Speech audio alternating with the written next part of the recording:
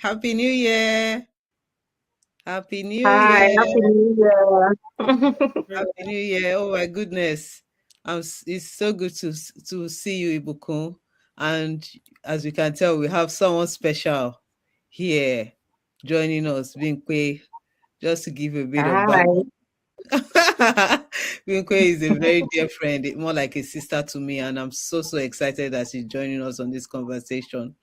Um, we're a bit late in the game, but we're going to be talking about setting goals for the new year for our children. So, has the new year been so far? Let's start with Ibukun first, then I'll bring Bimpe back so that she can introduce herself properly. So, let me allow Ibukun to say a few words. Hi, How's the new year? Aniola. Hi, Bebe, and hi, everyone watching us.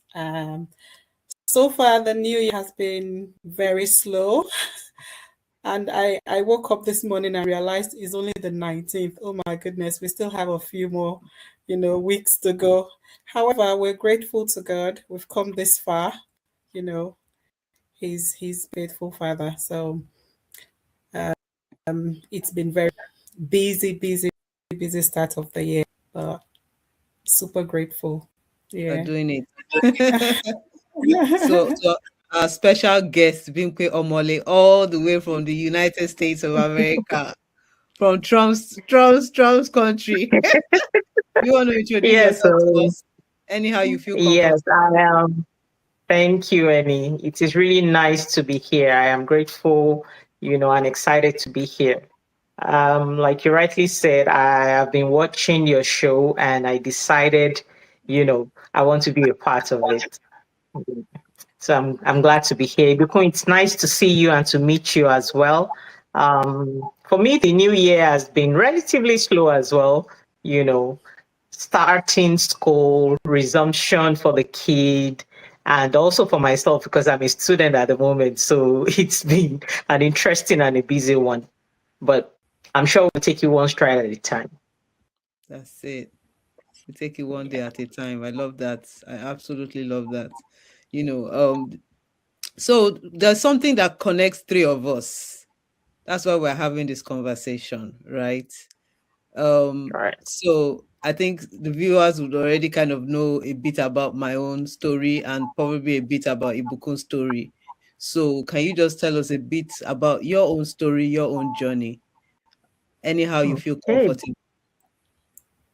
Okay. I would revert back to the time that I observed my son, you know, having delays in some areas that I thought, the milestones, But to me, it was just a normal delay. That was what I thought it was. And until we got to the US and he joined a school, and the school, they're very particular about those milestones. So they called my attention to it and introduced me to early intervention. And we picked it up from there. And since then, it's been a good jolly ride. He has improved. He's picking up a few words now. They made me realize I understand that he's mildly autistic and, things that I expect from him. Those were my expectations. He wasn't, catching up onto those things. And I had to relax and grow with him. Let me put it that way. I had to grow with him. I had to learn it at his pace. Things that he wants to do, those are the things that we start doing. And professional advice also helped in that area. I absolutely love what you said about learning at his pace, and it's so appropriate for the topic we're discussing today, which is setting goals and expectations for our children. How old is your son, if you don't mind sharing, Bimpe? Okay. Ifeoluwa, that's his name. He's 4 years. He's going to be 5 this year. April this year. He's going to be 5 years old. So, I mean, he's a very wonderful kid. I I love love him that so already. much. I love it. I Yes. love it. He's such a sweet boy. Oh my goodness. So Yeah. sweet. Thank you so much for Yes, and obliging he's us. very intelligent. Very, very intelligent. Love it. I love it. I see another parent that is very big on bragging about their children. We need to do that a lot more. Oh, yeah. Talking about the Yes. good about our children. Okay, fantastic. Thank you. I think now everybody has an idea of the context you are bringing into this, and you've already kind of touched on some of the things that, one of the things that I and Ibuku talked about previously about how we came about a diagnosis, or where did we spot that something was a bit off, and you shared that already. So, Ibukun, let's go back to you. Bimpe has said something about almost meeting the child where they are. At the beginning of the year, let me speak for myself. We're all setting goals for what we want to achieve for ourselves individually, what our family to achieve, and what we want our children to achieve. Because irrespective of whatever diagnosis, we still have expectations about our children.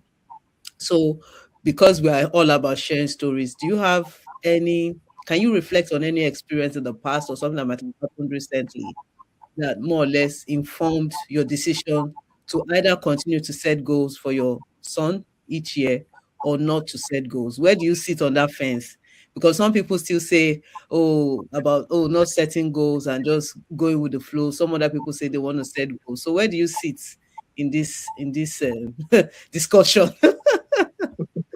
That's a very good point you made there, Annie, because I'm very big on setting routines, and my routines are very small, tiny parts of my belief system, if I can put it that way. So I'm not a big fan of setting goals as well, because I've realized that when goals can bring a lot of pressure. So in the past, and Annie, I remember when my son turned 10, and it was at the peak of transitioning to a high school. So it was hard because with his diagnosis, he needed to write an entrance exam. We call it grammar school exams, the 11 plus. And that was challenging for someone who writes very slowly. So we had to build a system to support him. And that system helped us to adjust to his special needs. And one of the things that really helped us then was accepting his diagnosis letter. So I'm throwing this out there now because, as you know, a Black parent, number one, and as a Nigerian, number two, I wasn't aware of what autism was. So my husband and I were, in denial of that diagnosis. And we actually literally told the doctor not to inform the school about the diagnosis because we didn't want the child to be labeled. However, knowing that it's hard for him to see himself in another environment, we built the system for him. And we had to prepare him ahead for the number one, the exams. And with the diagnosis, we were able to plan ahead to ensure he got the right support. In the UK, you needed to let them know, the examination body need to know that he has this diagnosis, and the evidence, we're able to earn him longer hours of writing the exam, which some parents don't know you can do. So rather than the child writing the exams for an hour with other children, because he writes really slowly, he was given extra time.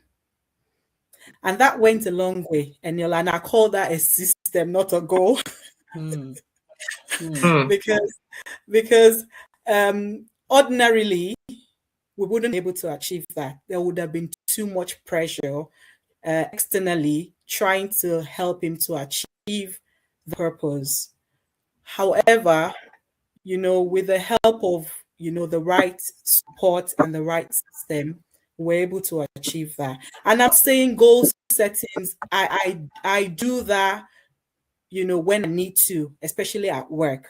I'm not saying goal setting is, I do it, but when it comes to helping and supporting my son, I've got to be as flexible as possible. And I believe in growth. I've always said this, and growth is more internal, because with growth, sometimes you may not get the outcome you desire right there and there, but there's growth occurring, whether you like it or not, as long as you follow the right thing. That's my own snippet.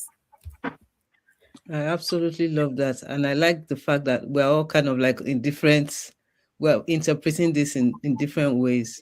For me, I'm sure those that know me already know what my own answer is going to be. Both of you know me a little bit. At least Bimpe knows me a lot more. She already knows me. I set goals. I set goals because the way my personality is, I have to know what I'm working towards. But the way I set my goals right now is what I would say has changed, especially in the context of my own boys, both of them having an autism diagnosis. At the beginning of my journey, I was very ambitious. Let me put it like that. About rightly so, every parent wants their child to thrive and do things. But with each year, it became clear that I was setting them myself and setting them up for failure if I continued the way I was going. So the idea behind goal setting each year is I've learned to focus on a subset of things. I focus on things that are connected to their independence. I focus on things that are connected to, the areas that they need improvement, either is in communication or in behavior. And I focus on just few things at any given time. 3, nothing more than that, major things. All other things is more or less putting priority on certain things. So that is the way I do my own goal setting. But you mentioned flexibility, Ibukun, and I think that is where I've had to learn over the years. Instead of it looking at it's something they have to achieve over a year, I try to make it very flexible in terms of the timeline. So they talk about SMART goals. So for me, it's SMAR, and the T is in small letters because the timeline is flexible. The timeline is flexible, but the kind of person I am, I have to work towards something, and that's why I still set goals. But I'm a lot more realistic in the way I set the goals. I look at the child in front of me, not the one I imagined in my head before I had them. And some of the goals, full disclosure, we're all about full disclosure here. For my first son, who is older and 11, has to do with SAT because he's preparing for SAT to move into secondary school. So his goals around, focus, being able to stay on task and things like that. But for my younger son, it's more about his independence, his communication, things that you can really track progress are the things I tend to consider as goals. But the beautiful thing about setting goals, some things might not go according to plan, but some other things will go better than plan. Even the ones you did not have as your goals, you just see that the child has, is picking something up. So I guess that, like you said, Ibuku, that flexibility is very important in the way we manage our children. So back to you, Bimpe. Which side of the fence are you on in this goal setting discussion? I absolutely agree with you on setting goals, but they are mild goals for me because Ifeoluwa is a child that I have observed follow routines. He likes, doing his things the way, he's been taught to do them. And for this year, I would say there's some things that I have listed down that I want him to achieve, and those things are things that I have seen him show interest in. Like swimming. Yes. And he loves walking on tiles. So I want to ensure that those are the areas where that, I concentrate on this year. Aside from that, his speech.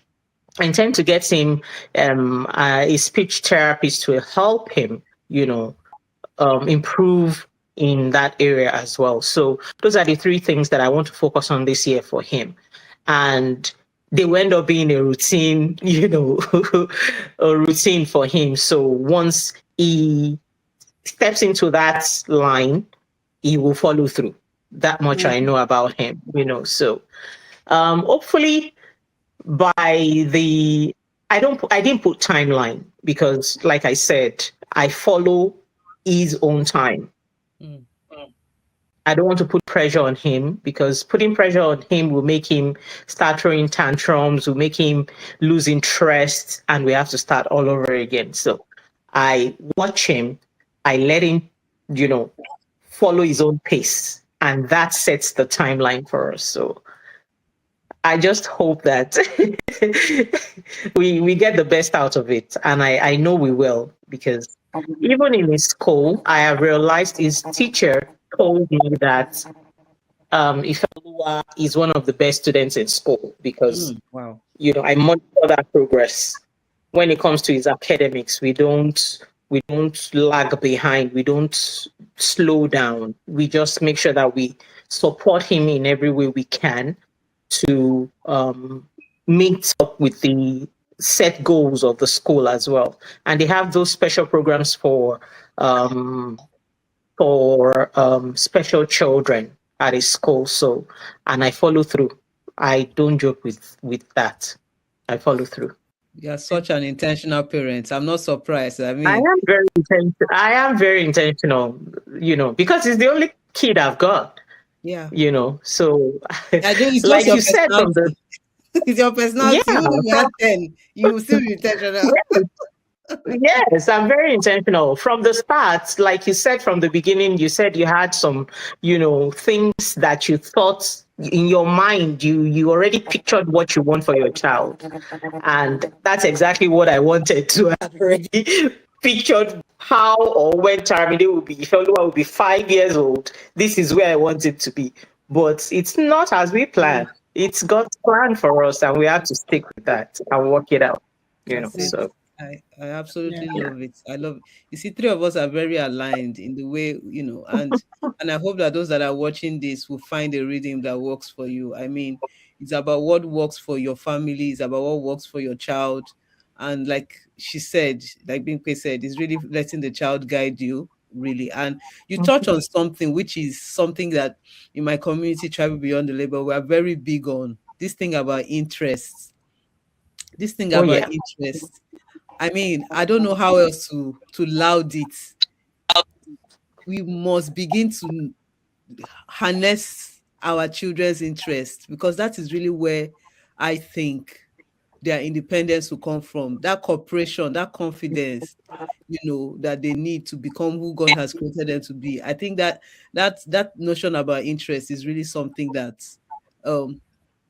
I'm stepping into a lot more this year to explore with my children. And I'm very happy that you mentioned that, because a lot of people talk about, strength-based goal setting, which is really what you are doing, which is looking at what the child is good at and maximizing it, and making sure that they are better at it, because you have a higher chance of success that way than than doing things that they might not necessarily be interested in. So I really love that. I really, really love that. Thank and you can I so quickly much. say something? Sure, please. Of course, of course. In our culture, we say seeing is believing. Have you heard that before? Yes, absolutely. Yes.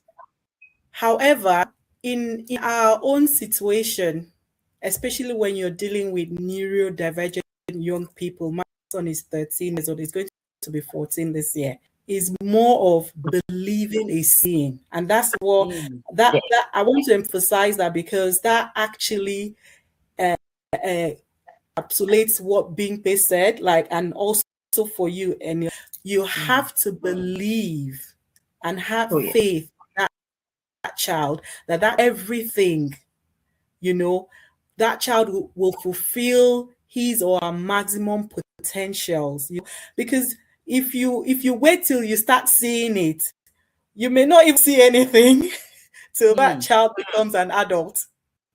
And then it will be too late to support the child, because already the child has built an internal system that it will be hard. It will just take miracle change. Hmm. I wanted to I drop think that. I absolutely I really like what you have said. And and I know you're not just saying it because we are faith-based women. It is just the reality of life. It is what you Mhm. focus on that really gets amplified. If you believe the best, that is what happens. If you don't, if you do the opposite, that is what also happens. So I Absolutely. totally agree with that line of thinking. And I think our children will even teach us that, they actually go. What I've noticed with our children is they actually go the way we go. Like, if you give them the energy of you can do this, both my sons are very big on, especially my first son, very big on affirmations, and somebody telling him, oh, you can bigging him up, you can do this, believe in yourself, those kind of things. He thrives on those kind of things. He thrives on those positive reinforcements. And if that belief is missing, if they look around their environment and that positive reinforcement is missing, there's no motivation for them to True. press on. That is my own personal opinion and what I've seen. Even with my second son that is self-directed, I find that when you motivate him, when you almost tell him you can do this, in whether you show it or more or less make him realize that this thing is important for you to do. I believe in you that you can do this. He almost starts to cooperate with you.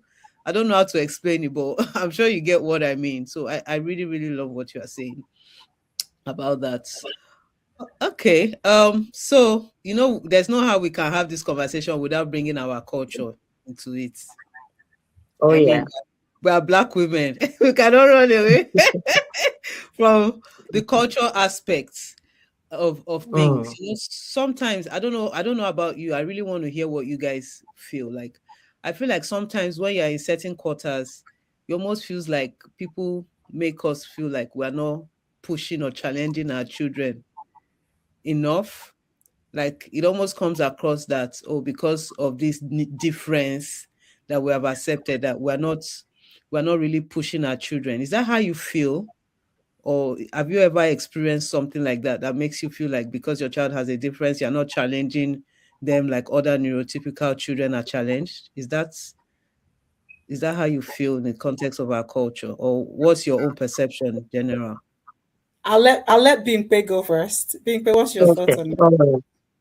Oh, okay. Thank you for giving me that floor. I would say I am thankful for the support that I have, my family, Mm, my husband, and my, extended family, like my sister and my mom.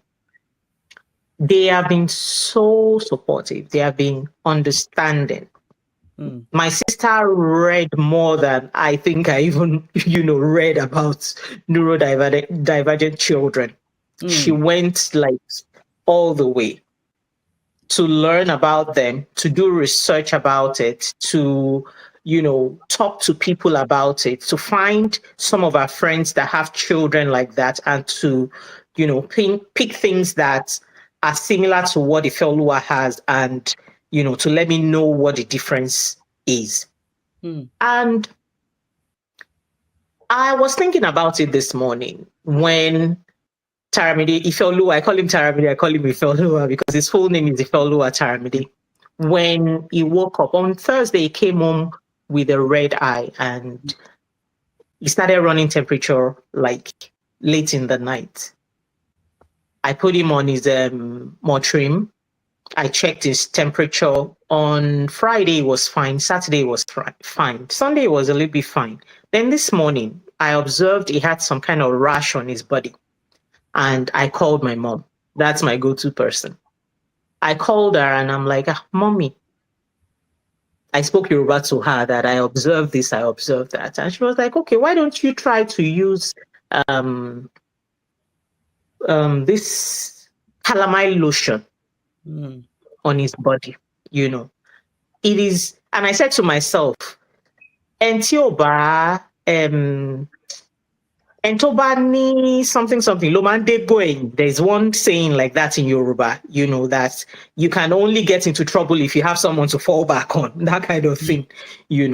So with my son, my mom did not even ask questions, and she did not say, God forbid, those kind of things that Black Africans will say, God forbid, it's not happening to my child. No, she accepted the way it is, and she's walking with him at his own pace. Not saying, he's not talking. Why is he not talking? Is it because he's not amongst other children?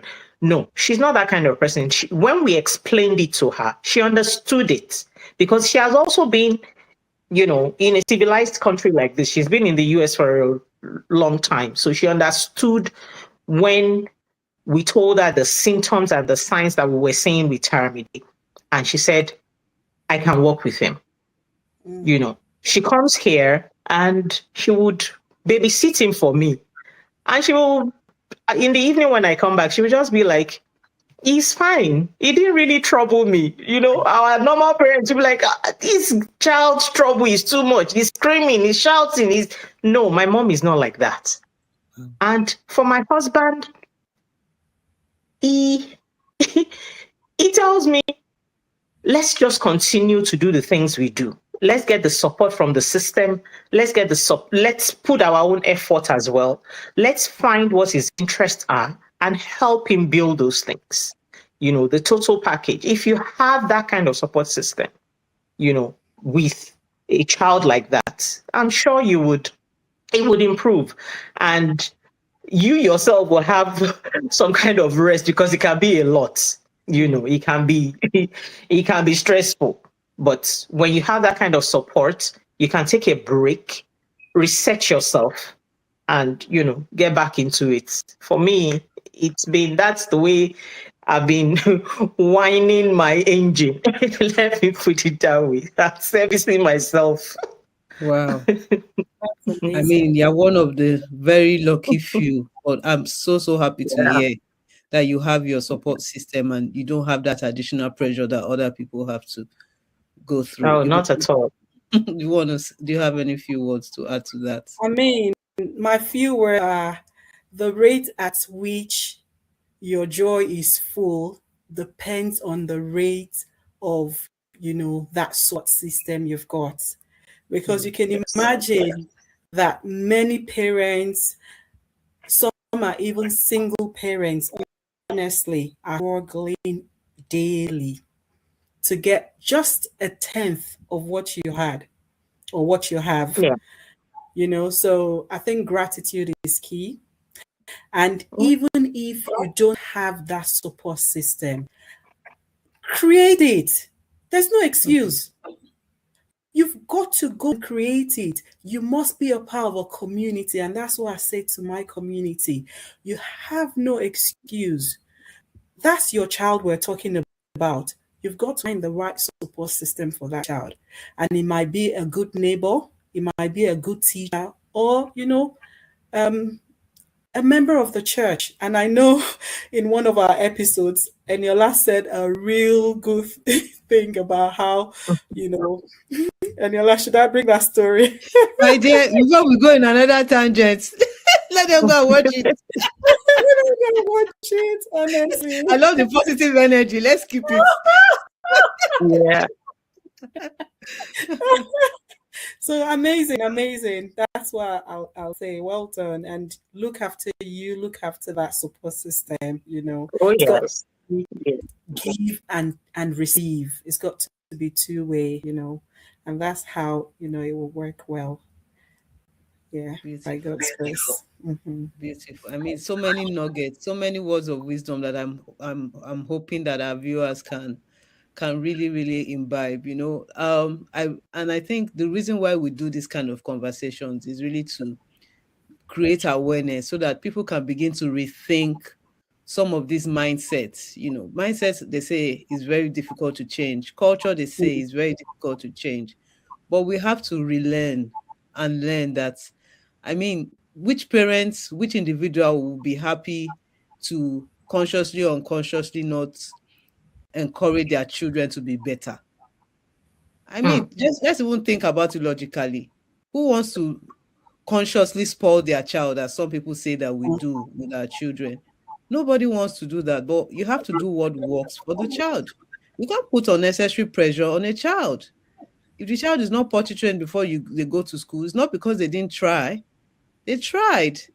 So I mean, let's not. I think the summary of it is, and let people just try not to judge. Kindness always wins.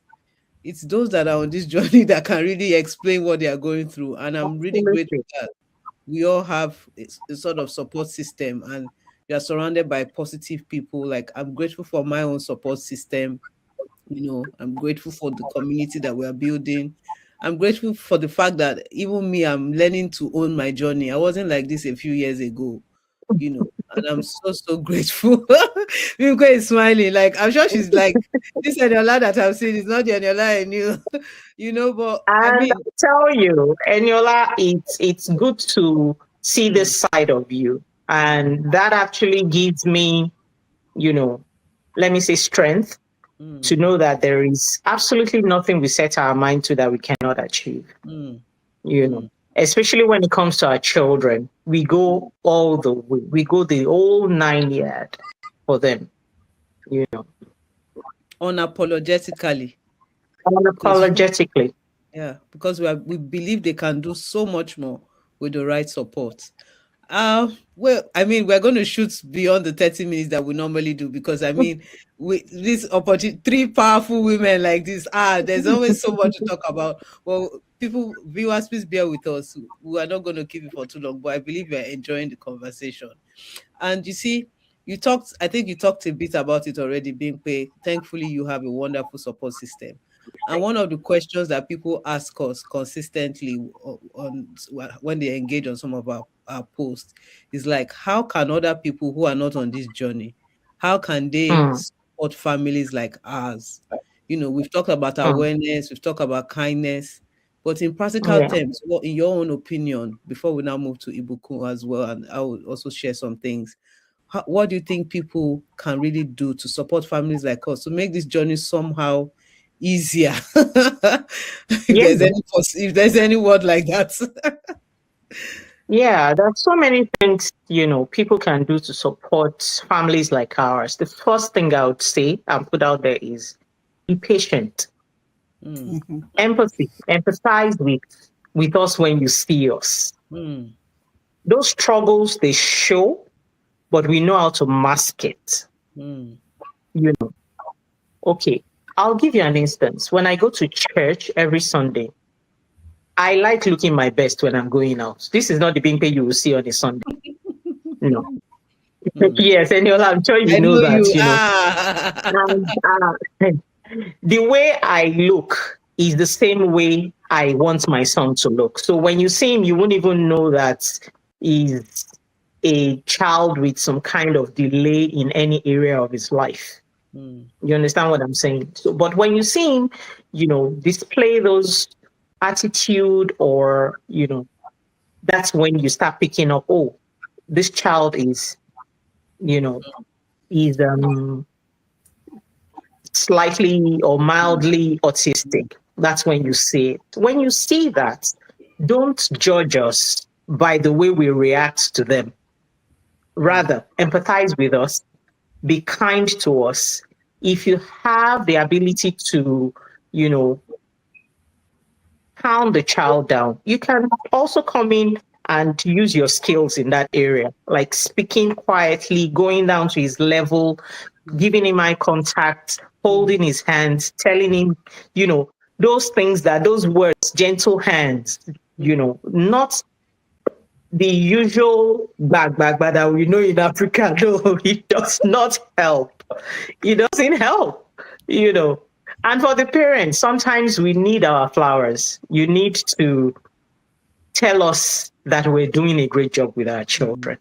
Don't judge us. Don't think that we're spoiling our child by hugging them. We're mm, not. We're trying to calm them down. We're trying to release that, you know, temper that that is brewing. That's why we hug them most of the time. So it is a lot that you can do. It is mm, a lot. Sometimes it's just a phone call. How are you doing today? Not how are you doing by, hey, what's up? No, really ask, how are you? Are you mm, fine? you know.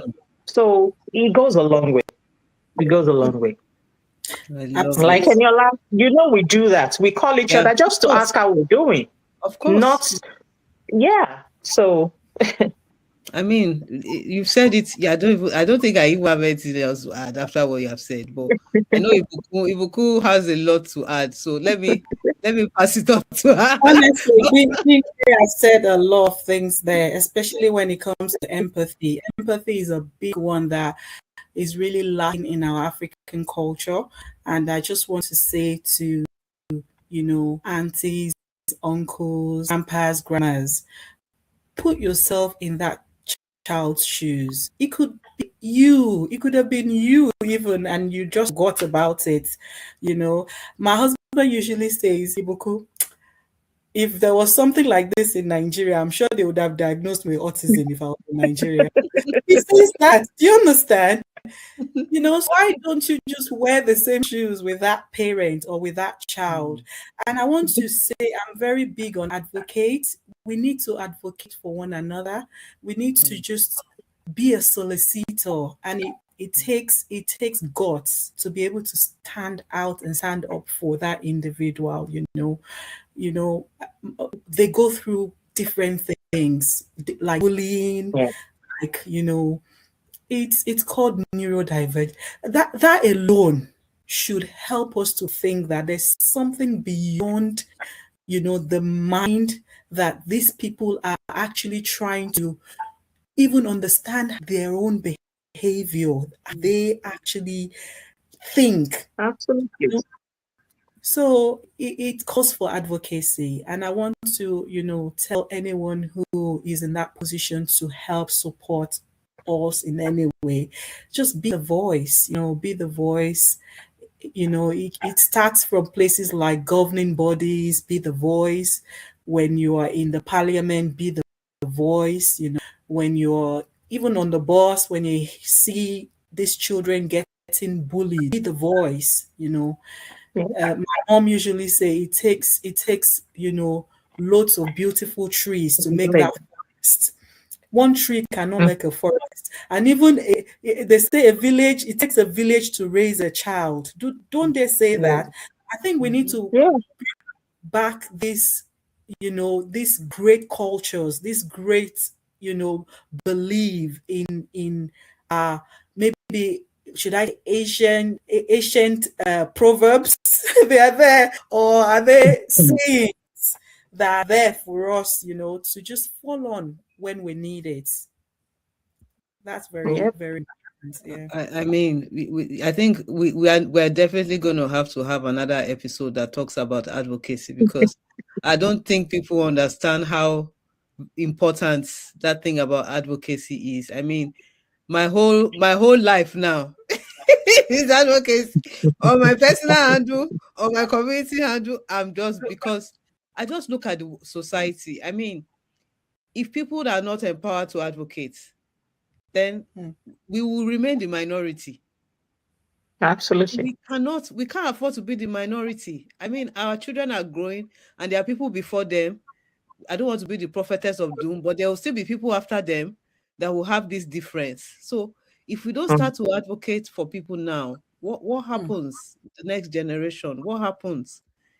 I'm grateful for those that have come behind us. They've set the foundation for us to take it even further. So I guess the summary of it is what everyone has said. My beautiful sisters here have said. You have a voice. Wherever you are, you have a voice. Please use this to Okay. speak for children, for individuals in general that have any form of difference. It is the human thing to do, actually, regardless of whatever. I was going to say is the Jesus thing to do, but it's the human thing to do.